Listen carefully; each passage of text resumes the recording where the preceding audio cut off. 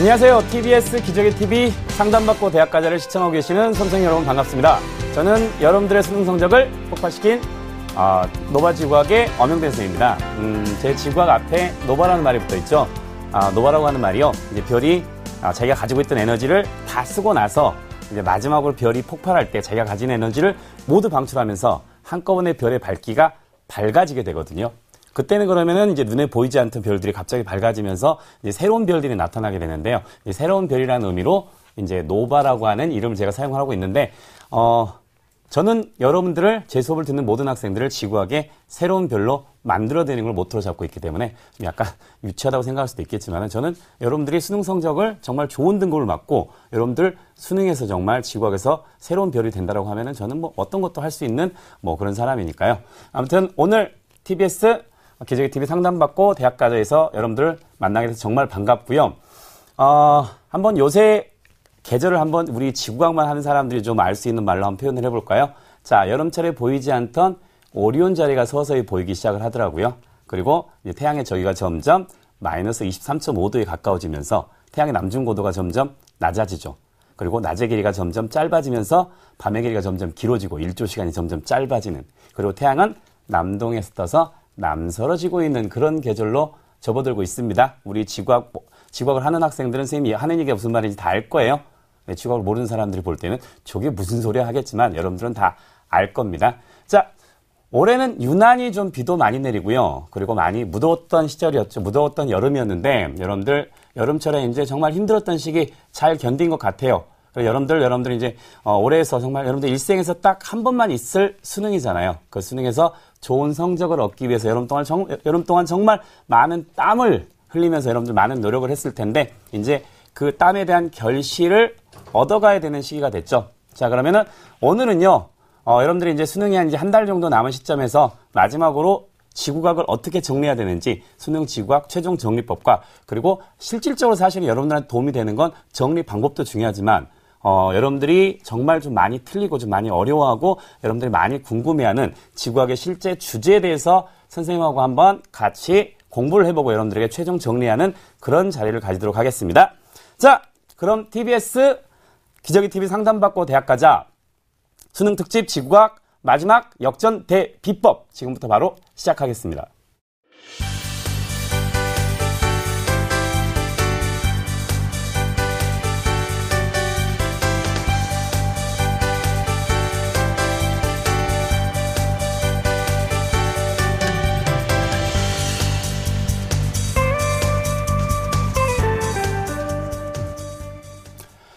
자, 선생님이 생방송 강의를 여러 번도 해봤고요. 그리고 제가 강의를 하고 있는 사이트에서 여러분들 실시간으로 질문을 받는 그런 생방송 강의를 많이 해봤는데 그래도 할 때마다 생방송 많이 떨리기도 하고 그렇지만은 여러분들을 위해서 정말 도움이 되는 시간이 될 수 있도록 한번 이제 강의를 시작을 해보도록 하겠습니다. 먼저 본격적인 지구학의 주제에 들어가기 앞서서 수능 지구학 문제의 특징에 대해서 한번 간단히 한번 살펴볼게요. 지구학뿐만 아니라 이제 탐구 영역의 문제는 모두 다 똑같지만은요, 수능이라고 하는 시험 자체가 30분이라고 하는 한정된 시간 안에서 20문제의 정확한 정답을 찾기 위한 시험이잖아요. 근데 이제 실질적으로 여러분들 30분을 문제 푸는데 다 쓸 수가 없잖아요. 그 중에 한 5분 정도는 이제 답안지에 마킹도 해야 되고요. 마킹이 제대로 됐는지 확인도 해야 되고, 잘못하다가 수능 봤을 때 답을 좀 밀려 쓰는 이런 참사가 벌어지면 안 되겠죠. 그러니까 답안지를 꼼꼼하게 체크하는 이런 시간을 한 5분 정도 잡고, 그럼 실제로 이제 수능 시험 문제 20문제를 푸는데 대략 한 25분 내외의 문제를 사용을 할 거란 말이에요. 근데 그 20문제 중에서 좀 약간 고난이 된 문제들 있잖아. 그 문제들이 한 2문제 정도 있고, 나머지 18문제 정도가 여러분들이 좀 쉽게 풀 수 있는 문제야. 자, 그렇다는 얘기는 실질적으로 고난이도 문제 2문제에서 3문제 정도 문제에다가 한 문제 평균 한 2 내지 3분 정도를 사용을 하면은요, 실질적으로 18문제를 푸는데 사용하는 시간은 한 문제당 1분 내외의 시간밖에 사용할 수가 없어요. 그래서 선생님이 항상 제가 가르치는 학생들에게 하는 얘기 중에 하나가 18 플러스 2를 꼭 기억을 해야 된다고 얘기를 하거든요. 자, 수능에서는요, 저는 그렇게도 얘기하지만 지구과학을 선택하는 순간 맞출 수밖에 없는 18문제가 있다. 근데 그렇게 얘기하면 좀 그렇잖아요. 선택하는 순간 18문제 맞췄다? 자, 그러면은 지구과학이 너무 좀 없어 보이는 느낌도 있고, 좀 말을 바꿀게요. 지구과학을 충실히 공부한 학생들이면 꼭 18문제를 맞출 수 있는 문제들이 있어요. 그러고 나서 이제 지구학에 이제 조금 이제 1등급이라든가 만점을 구분하기 위해서 고난이도의 한 2문제 정도의 문제를 출제를 하게 되는데, 그러면 여러분들 한번 생각을 해보세요. 우리는 이 18문제를 맞추는 공부를 해야 될까요? 아니면은 좀 어려운 2문제를 맞추는 공부를 해야 될까요? 제가 학생들한테 이런 질문 하는데 꼭 중간에 좀 약간 나대게 좋아하는 학생들. 선생님, 저희는 어려운 2문제를 맞춰야 될 역사적 사명을 띠고 이 땅에 태어났습니다. 2문제를 맞춰야죠. 막 이런 얘기를 하는 학생들이 있는데 이런 학생들은 저 방송에서 이런 표현 해드릴지 모르겠지만 약간 정신 나간 학생들이죠. 자, 2문제를 맞추면 여러분들 몇 점입니까? 6점밖에 안 돼요. 근데 나머지 18문제를 맞추면은 점수가 44점이에요.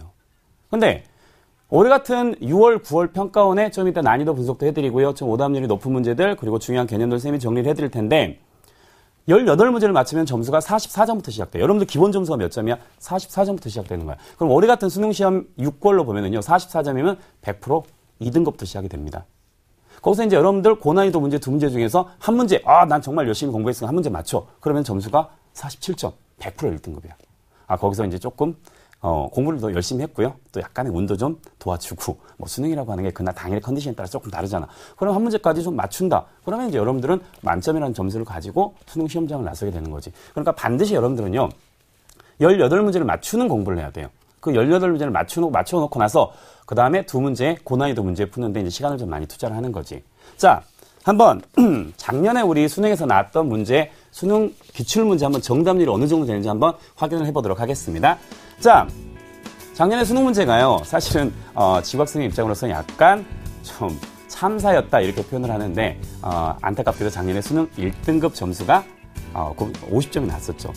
그 문제 보면은, 여러분들 여기에 나와 있는 1번부터 20번까지 한번 정답률을 쭉 보세요. 50% 이하의 정답률을 갖춘 문제가 하나도 없어요. 대부분이 좀 정답률이 좀 아주 낮았던 게 한 59% 정도 되고요. 대부분이 60% 이상의 정답률을 가졌어. 그럼 지구학 문제가 그만큼 쉬웠다는 얘기인가? 저는 조금 다르게 얘기하는데, 지구학 문제가 약간 쉬운 것도 있었지만은, 저 같은 지구학생들이요, 작년에 여러분들 선배들을 너무 지구학을 잘 가르쳤던 거야. 그러니까 지구학을 저 같은 훌륭한 쌤한테, 좀 그런가? 저같이 훌륭한 지구학생한테 수업을 들으니까, 지구학을 하는 학생들이 너무 공부를 잘한 거지. 근데 이런 걸 보면은 뭘 할 수가 있냐면요. 자, 자화자찬이고요.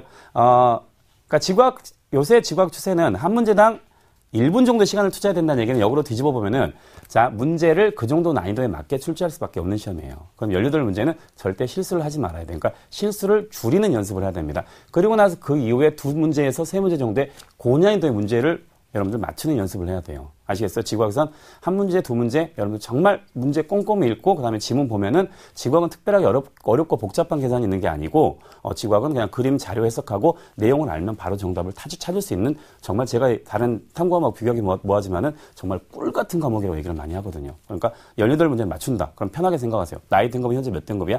2등급부터 시작되는 거지. 거기에서 이제 2문제를 맞추는 연습을 해야 됩니다. 자, 그러면은 구체적으로 우리 6월달과 9월달에 나왔던 문제들 한번 보면은요, 작년 수능 문제하고는 다르게요, 정답률이 50% 이하, 심지어는 한 30% 정도 대 문제가 나왔던 문제들도 최소한 6월달에 3문제, 9월달에 3문제 정도 있었어요. 그럼 올해는요, 작년하고 좀 다를 겁니다. 분명히 1등급 커트라인이 작년에 50점이 나왔던 거하고 다르게 올해는 선생님 생각에는 한 45점에서 47점 정도에서 형성이 될 걸로 봐요.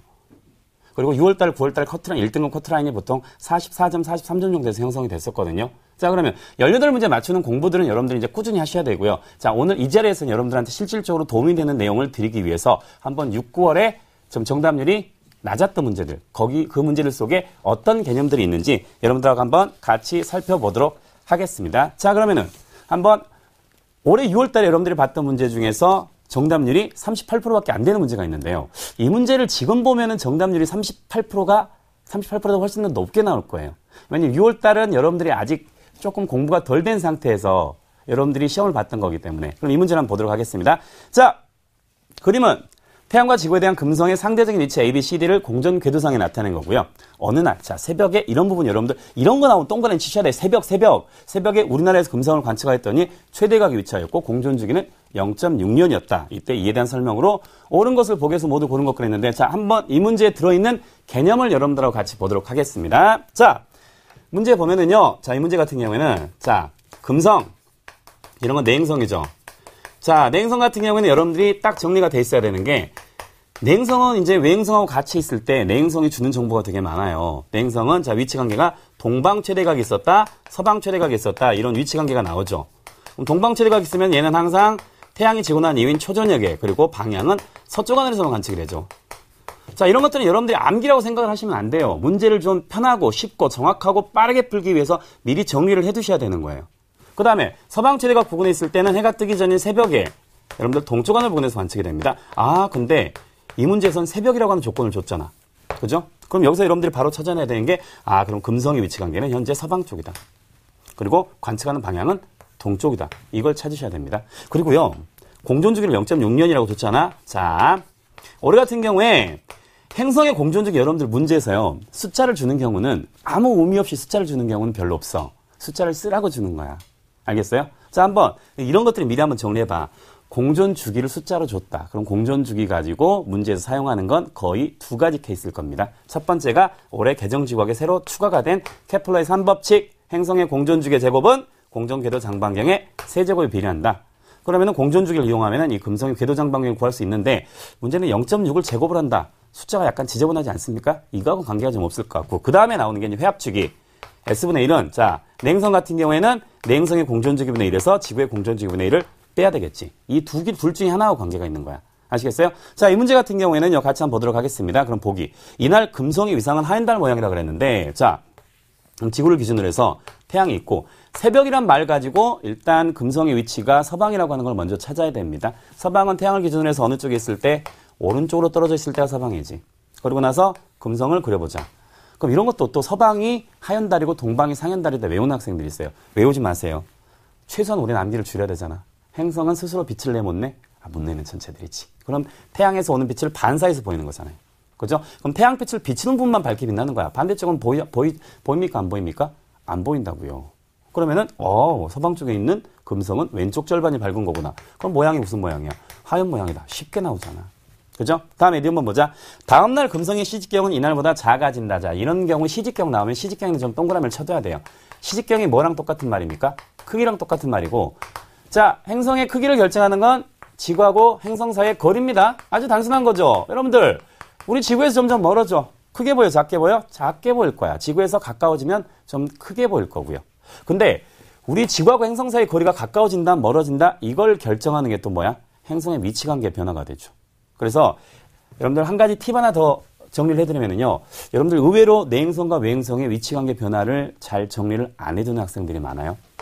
자, 내행성이 있고 외행성이 있을 때 내행성과 외행성의 위치 관계 변화 순서 한번 정리를 해드릴 테니까 이 강의를 듣고 있는 학생들 정리가 안 돼 있다 반드시 정리를 하세요. 여러분들 아주 좋은 거 하나 얻어가는 겁니다. 자, 내행성은 자, 내압부터 시작을 합시다. 내압에서 얘는 위치 관계가 서방 최대각적으로 위치 관계가 변하고, 그리고 외압적으로 위치 관계가 변하고, 그리고 다시 동방 최대각적으로 위치 관계가 변하고, 다시 내압으로 돌아오게 되죠. 이때 이렇게 내행성이나 혹은 외행성이 내압에서 현재 다시 또 내압까지 돌아오는데 걸리는 시간, 이게 공전주기가 아니라 회압주기라고 하는 거 반드시 정리하시고요. 자, 외행성 같은 경우에는 자, 충에서 시작해서 내행성은 여러분들이 잘 정리를 하고 있는 경우가 많아요. 근데 의외로 외행성은 잘 정리를 못하고 있는 경우가 많습니다. 잘 보세요. 외행성은 충에서 동구로 갑니다. 그리고 합, 그리고 서구, 그리고 다시 충으로 돌아오게 됩니다. 이 정도 내용은 여러분들이 알 거야. 모든 행성은 반시계로 공전을 해요. 그럼 위치관계로 따지면 충에서 마치 꼭 서구로 위치관계가 변할 것 같지만 그렇지 않습니다. 외행성은 충, 동구, 합, 서구, 충으로 돌아와. 그래서 충에서 다시 충까지 오는데 걸리는 시간이 뭐야? 또 회합주기가 되는 거고요. 아시겠어요? 그러면은 이런 경우에 지금 우리가 이 금성이라고 하는 게 현재 서방 최대각에 있는 거라고 찾았잖아. 그죠? 그럼 얘는 위치관계 앞으로 어느 쪽으로 위치관계가 바뀌어요? 외압적으로 바뀌네.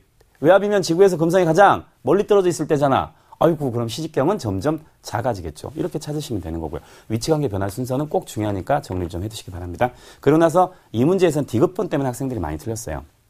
자, 문제 다시 한번 보면 문제 새벽에 우리나라에서 최대각이 위치해 있었대. 이게 서방 최대각이야. 근데 문제에서 앞으로 1년 후에, 1.5년 후에 금성은 또 새벽에 최대각이 위치해 있대. 그럼 현재가 새벽의 최대각, 그럼 서방 최대각이죠. 자, 이건 우리 지구학 원어하는 학생들은 다 알고 있을 거니까.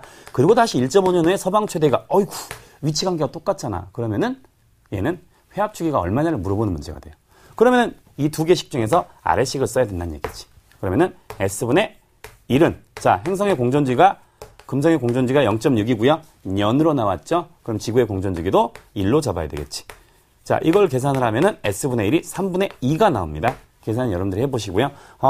그런데 여러분들이 여기서 하는 실수 중에 하나가 회합주기를 이용해서 실컷 계산 잘하고 올바르게 답을 찾았어. 그런데 여기서 구하라고 하는 건 회합주기야, 회합주기의 역수야. 회합주기를 구하라고 하는 건데 내가 구해놓은 건 회합주기의 역수잖아요. 그러면은 회합주기 S를 구하면은 회합주기 회합주기는 얼마가 나와? 2분의 3년이 나오니까 몇 년 후에 1.5년 후에 현재하고 똑같은 서방 최대가 돌아오게 된다고. 이렇게 행성의 위치 관계 변화하고요. 그 다음에 행성의 회합주기는 작년까지 직업 2에 있던 내용이 올해 직업 1으로 나온 내용이니까 출제 가능성이 매우 높은 내용입니다. 같이 좀 정리 좀 해두시기 바랍니다. 자, 이런 문제가 있고요. 다음에 작년 6월 달에 또 정답률이 낮았던 문제를 한번 보도록 하겠습니다. 작년이 아니라 올해네요. 죄송합니다. 올해 6월 달이죠. 올해 6월 달 봤던 모의고사 중에 이것도 개정지각에 추가된 내용이어가지고 좀 정답률이 많이 낮았어요. 이제 행성의 위치를 좌표계로 혹은 별의 위치를 좌표계로 나타내는 거지. 자, 그러면 어려운 자리를 적도좌표계에 나타내는 거랍니다. 적도좌표계 여러분들 머릿속에 있어야 돼. 적도좌표계 적경하고 적이 가지고 전체 위치를 표시하는 거죠. 자, 이때 충분나. 이런 거 잘 봐야 돼요. 충분나 오리온 자리를 관측을 했을 때에 대한 설명으로 옳은 것을 보기에서 모두 보는 것 그랬는데 잠깐 칠판 한번 같이 볼까요? 자, 적도좌표계로 전체 위치를 나타낸다. 자, 그러면 적도좌표계는 두 가지 요소가 들어있죠. 자, 여기서도요. 자, 공부법은 뒤쪽에서 좀 정리하는 방법들을 제가 설명을 드리고요. 여러분들한테 좀 실제로 도움이 되는 내용들을 좀 드리려고. 자, 적도좌표계 요소는 크게 적경하고 적의 요소 두 가지가 있죠. 자, 지금 이 두 가지만 들어도 여러분들 적도좌표계 문제는 웬만하면 다 푸실 수 있을 겁니다. 잘 들어주세요. 자, 적경이라고 하는 거는 춘분점을 기준으로 해서 별의 시간권까지 반시계 방향으로 쟁각. 이렇게 알고 있어봐야 소용 하나도 없어. 실제 문제에서는 적경이 뭔지 이런 거 잘 안 물어보거든요.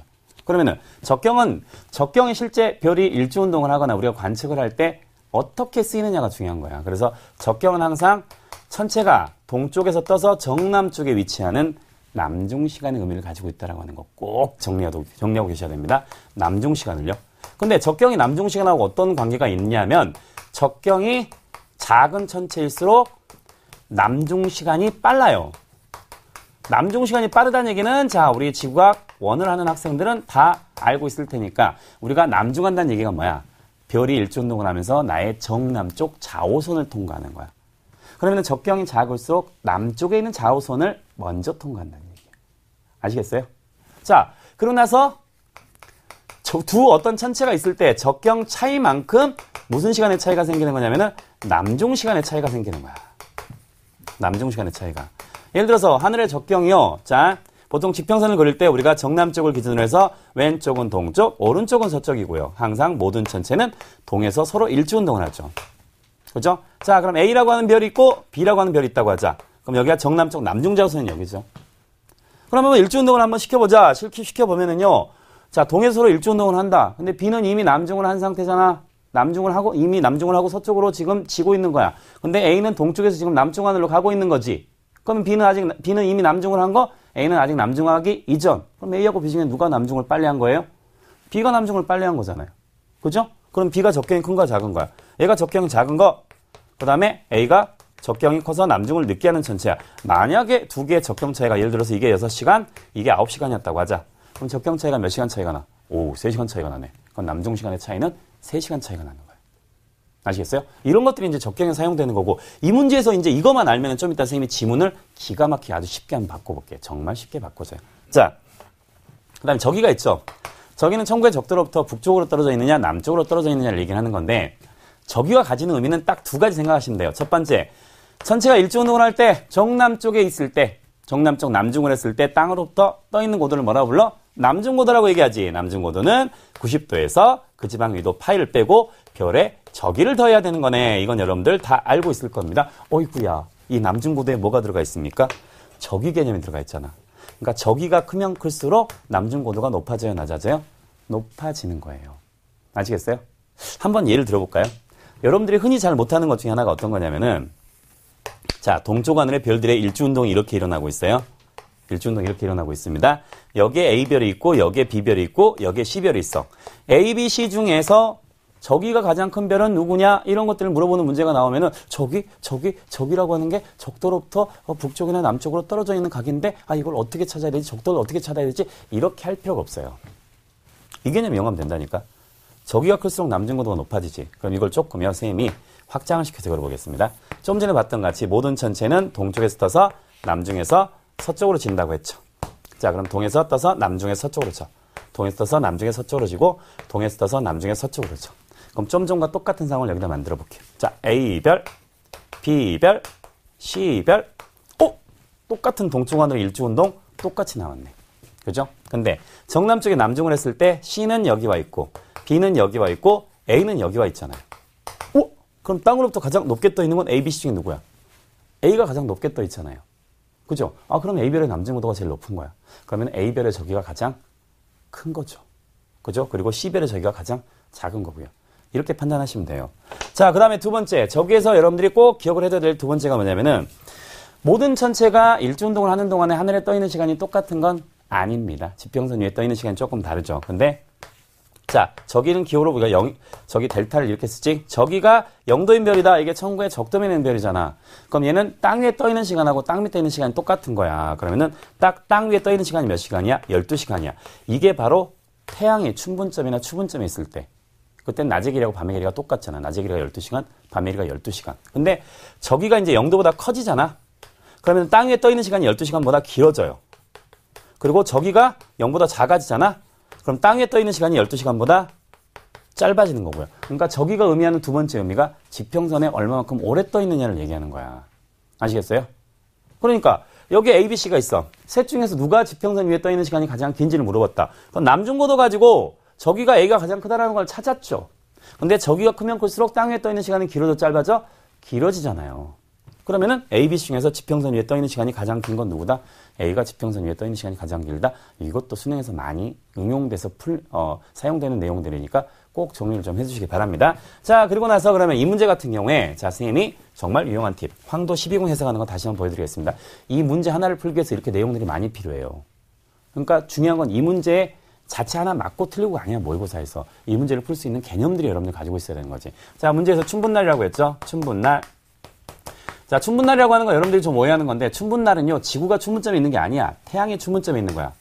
그럼 태양이 춘분점에 있으니까 태양의 적경이 0시가 되겠지. 그죠? 근데 좀 전에 봤던 것 같이 적경이 작을수록 남중시간이 빠르고 적경이 클수록 남중시간이 늦은데요. 태양은 언제라도 어느 계절이라도 항상 태양은 정오에 남중합니다. 제가 학생들한테 한 번씩 물어보는 게 있는데요. 태양은 무조건 낮 12시 정오에 남중해야 돼요. 근데 태양은 꼭 정오에 남중해야 된다는 법이 있을까요? 여러분 태양은 새벽에 뜨죠. 그리고 저녁에 지잖아요. 지구를 많이 공부하는 학생들도 이거 잘 대답을 못하는 경우가 많아요.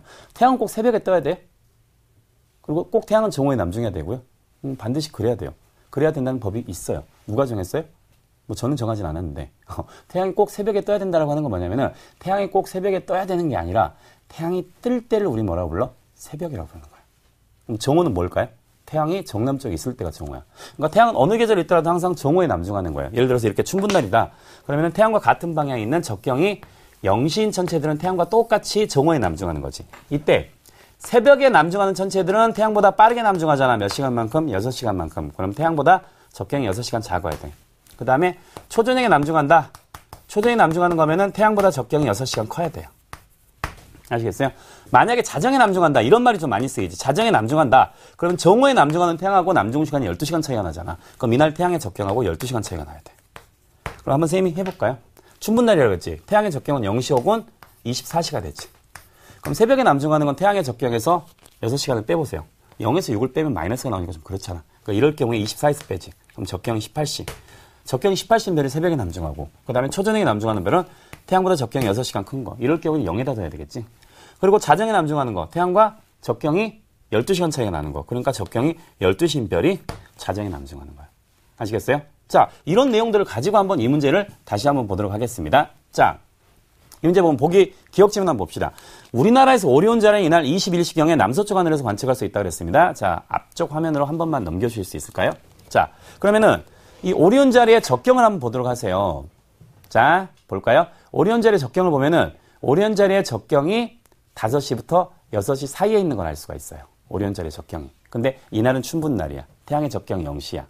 그럼 오리온 자리는 태양보다 적경이 6시간 정도 커. 그럼 태양보다 남중 시간이 6시간 늦으니까 이날 오리온 자리는 초저녁에 남중하는 거야. 근데 관측하는 시간이 몇 시야? 밤 9시. 그러면은 초저녁에 남중하고 난 이후에 관측한 거잖아. 그럼 어느 쪽에서? 남서쪽에서 관측돼요. 이런 것들은 여러분들 정리만 하고 있으면 거의 더하기 빼기 문제가 되는데 이런 걸 의외로 정리를 잘 못하고 있는 경우가 많아.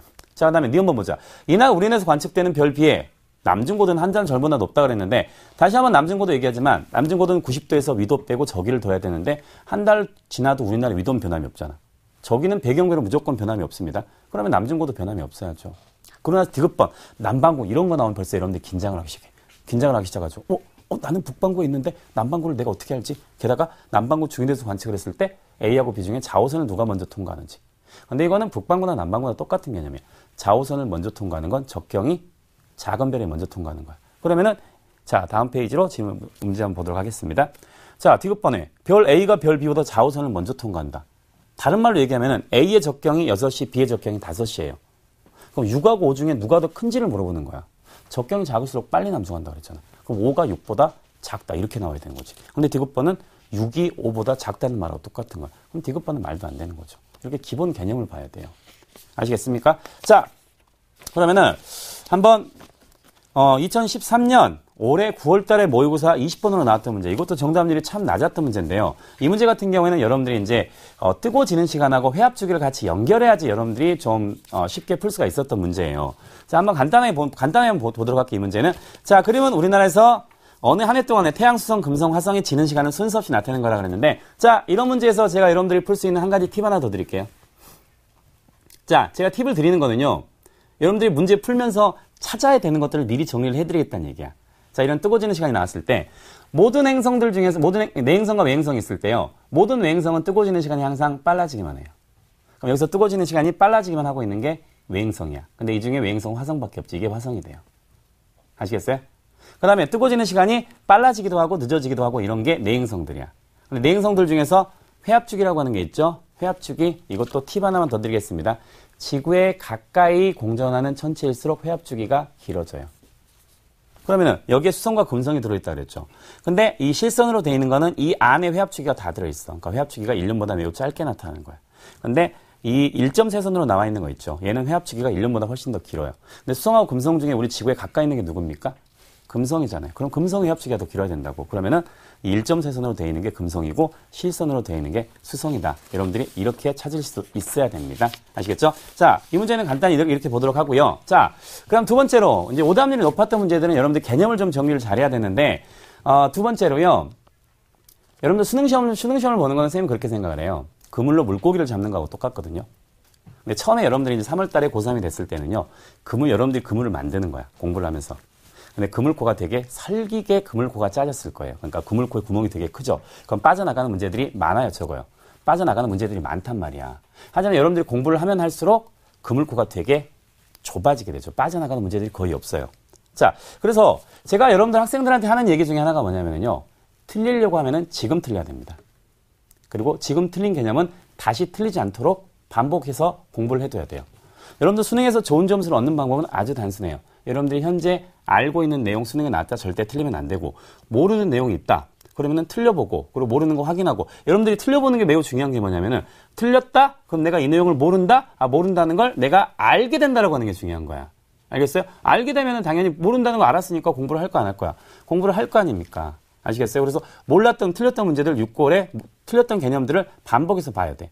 왜냐하면 그 문제 자체가 그대로 나오진 않습니다. 그 문제에 나와 있는 개념을 봐야 되는 거지. 그럼 이럴 때 좀 좋은 게요. 여러분들 반복하여 틀린 문제를 다시 한번 정리하면서 그 문제에 들어있는 지문을 바꾸는 연습을 해보는 게 되게 여러분들 공부에 많이 도움이 돼요. 한번 조금 전에 우리가 봤던 6월 달에 그 오리온자리 적경 적이 나왔던 문제 다시 한 번만 살펴보도록 할게요. 자, 똑같이 자 오리온자리 문제가 있고요. 자, 보기를 한번 보도록 할게요. 자, 보기가 여기서 우리나라에서 오리온자리는 밤 9시경에 남서쪽 그리고 우리나라에서 관측되는 별의 남중고도 그리고 별 A하고 B 중에 좌우선을 누가 먼저 통과하느냐 이렇게 나왔는데 근데 이 그림이 그대로 나오더라도 지문이 바뀌면은요 전혀 다른 문제가 돼요. 자, 예를 들어서 한번 선생님이 한번 바꿔볼게요. 자, 오리온자리는 여름철 별자리다 이렇게 나왔어. 자, 그런데 오리온자리가 여름철인지 겨울철인지 판단할 때는 자 계절별 별자리 판단하는 거 다시 한번 알려드릴게요. 여러분들 어느 계절에 관측되는 별자리가 뭐냐라고 물어보는 문제가 나오면은 그 계절에 자정의 정남쪽에서 보이는 별자리를 얘기하는 거야. 아시겠어요? 그러려고 하면 태양하고 적경 차이가 몇 시간 차이가 나야 돼? 12시간 차이가 나야 돼. 근데 조금 전에 봤듯이 오리온자리 적경은 5시에서 6시 정도 되거든. 그러면 이 오리온 자리하고 적경이 12시간 차이가 나는 곳에 태양이 있어야 돼. 그럼 태양의 적경이 18시 부근이니까 동지점 부근에 있는 거잖아. 아, 그럼 태양이 동지점에 있다. 그럼 무슨 날이야? 동짓날이고. 동짓날은 계절이 뭐가 되겠어? 겨울이 될 거 아니야. 그러니까 지문을 바꿔버리면 똑같은 문제라도 여기에는 뭐 오리온 자리가 여름철, 겨울철 별자리 어떤 건지는 전혀 안 나왔잖아. 그러니까 적경 저기를 해석할 수 있는 내용이 중요한 거야. 또 한번 바꿔볼까요? 오리온 자리는 황도에 위치한 별자리다. 이렇게 한번 바꿔보도록 하겠습니다. 자, 다시 위로 올라가서 그림 한번 보도록 하겠습니다. 자, 오리온 자리가 황도상에 위치한 별자리인지 이걸 보고 어떻게 하느냐. 여러분들 황도 12궁이라고 우리 지구학에 나오죠. 근데 황도 12궁에 12개 별자리 있잖아. 뭐 처녀자리, 사자자리, 물병자리. 예를 들어 선생님 같은 경우에는 천칭자리가 선생님의 별자리인데요. 황도 12궁을 여러분들이 외우고 있을 리가 없잖아요. 그런데 여기 보면 오리온 자리가 황도 12궁에 들어가는지 아닌지 이걸 어떻게 알아? 이걸 외워야 되나? 아니에요. 그렇게 판단하는 게 아니죠. 오리온 자리의 적경이 몇 시예요? 6시야. 그러면은 만약에 이게 황도 12궁에 있는 별자리면은 이 방향에 태양이 있을 때 저기하고 오리온 자리의 저기가 거의 비슷해야 오리온 자리가 황도 12궁에 있는 거야. 근데 지금 적경이 6시면은 하지점 부근이고 하지점 부근에서 태양은 저기가 플러스 23.5도. 근데 오리온 자리의 저기는 기껏해야 플러스 15도까지밖에 안 되잖아. 그러니까 얘는 태양보다는 좀 더 아래쪽에 남쪽에 있는 별자리니까 황도에 속한 별자리가 아니라는 거야. 이렇게 지문을 바꾸면 여러분들 전혀 다른 문제가 되거든요. 그러니까 그 문제의 그림 하나하나를 보면서 수능의 문제에서 여러분들이 평가원이나 아니면 기출문제에서 틀렸던 문제를 반복해서 보는 것도 중요하지만 그 문제를 바꿔가지고 그 문제의 개념들을 좀 보세요. 아시겠어요? 자, 그리고 그 다음에 이제 기출문제가 얼마나 중요한지요. 이제 문제 내용을 보는 것보다는 기출문제가 수능에 그대로 반복돼서 출제되는 경우가 되게 많아요. 여러분들 학생들 중에 그런 학생들이 있습니다. 기출문제는 한번 출제가 됐으니까 다시 수능에 안 나올 거야. 안 나올 거니까 이건 안 봐도 돼. 아니죠. 여러분들 기출문제라고 하는 게 교육과정평가원, 수능을 출제하는 기관에서 문제를 냈어. 왜 냈을까요? 그만큼 중요한 개념들이 들어가 있는 거야.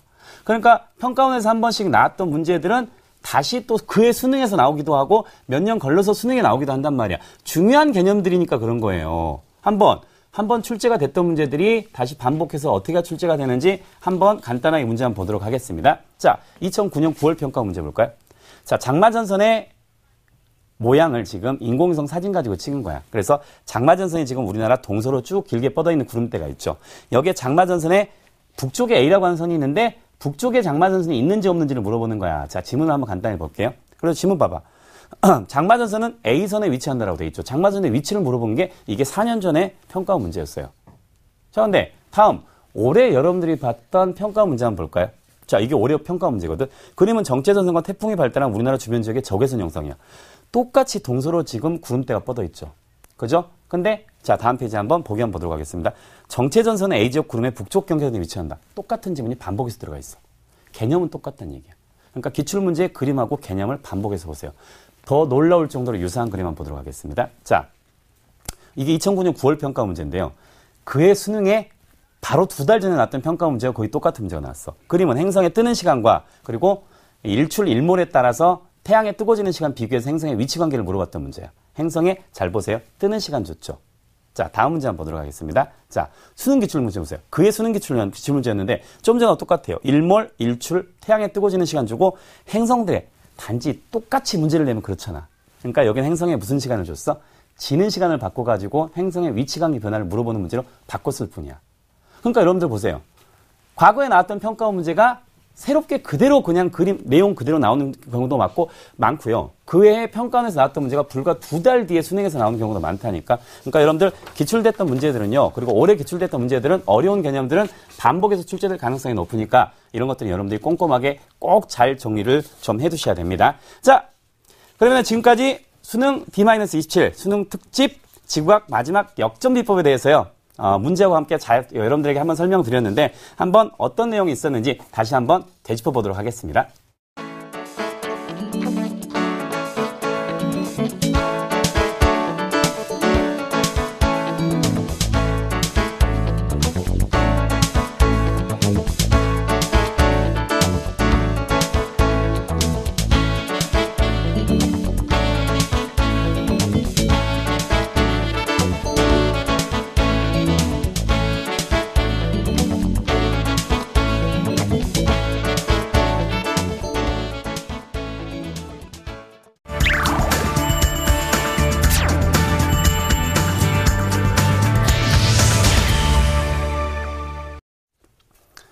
자, 다음으로 여러분들에게 말씀드릴 지구학 마지막 역전 비법은요. 자, 올해 이제 개정된 지구학 가지고 시험을 보는 첫 번째 해잖아요. 그래서 개정된 내용들이 많아요.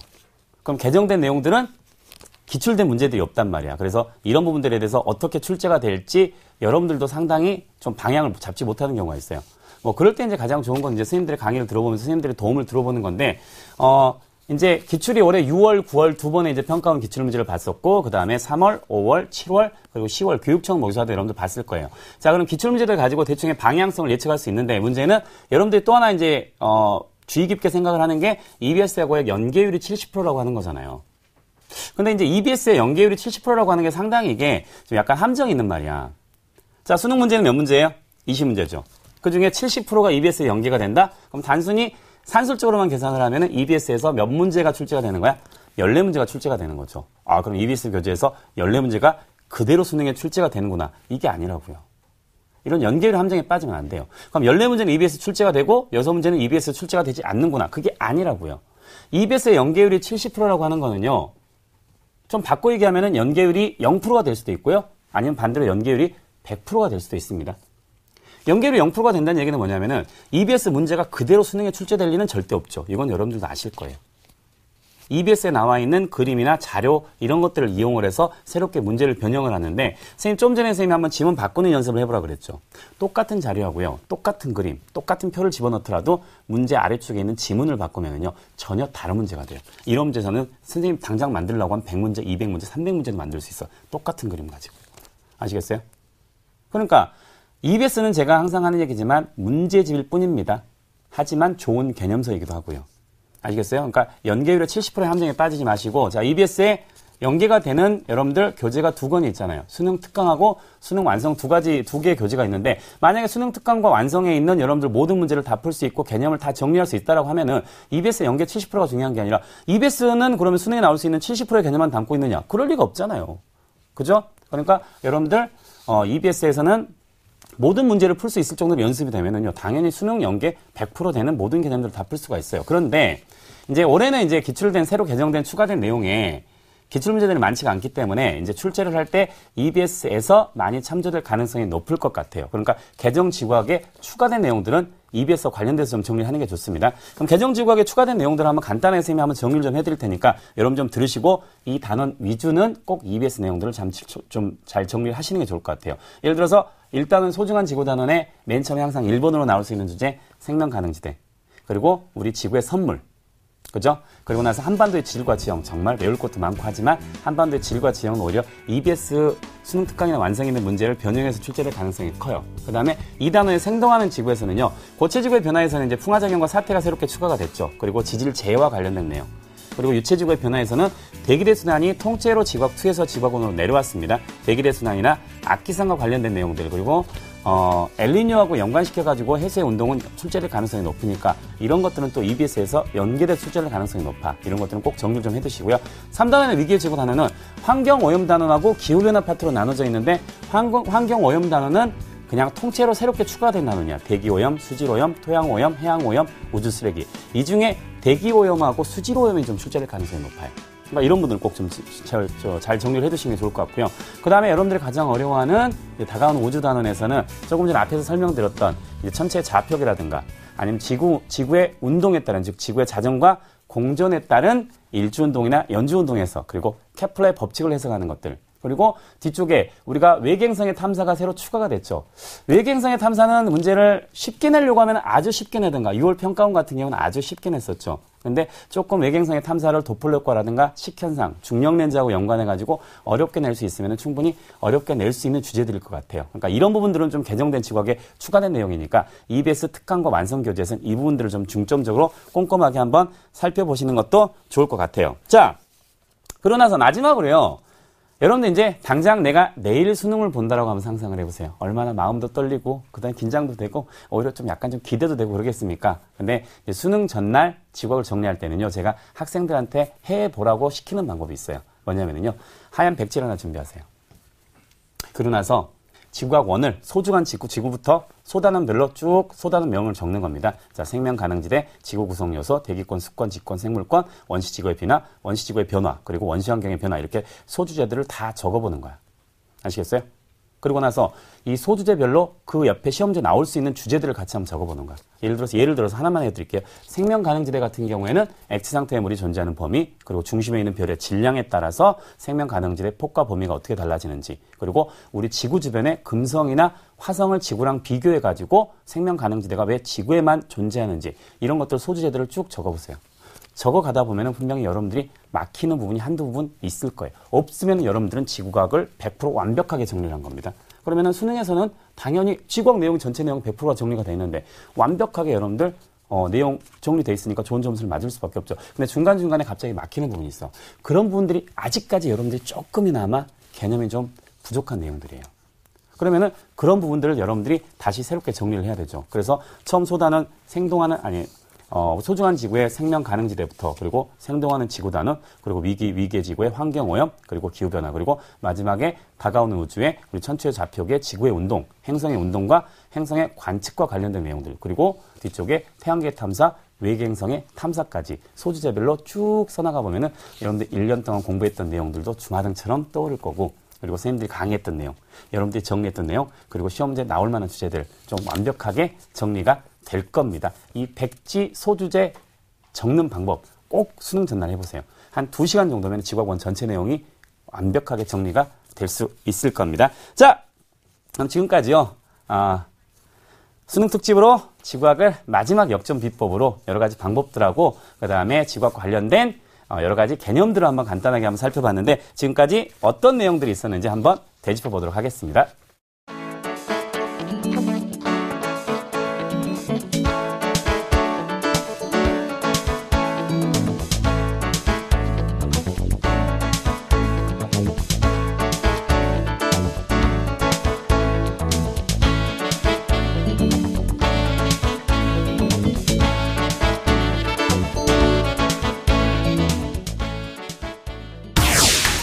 2014 대입 합격 멘토링.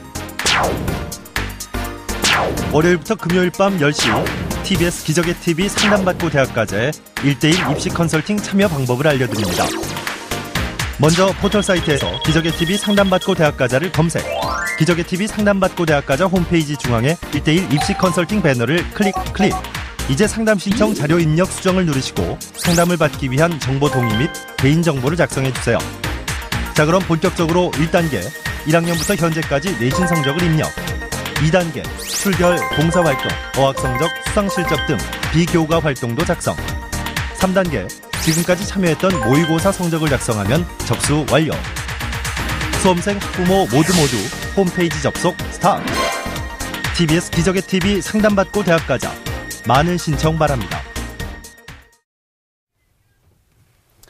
자, 항상 여러분들에게 해드리고 싶은 건 참 많은데, 준비해온 건 많은데, 참 시간 얘기를 하다 보면은 좀 말이 길어지는 게 저희들의 참 특징인 것 같아요.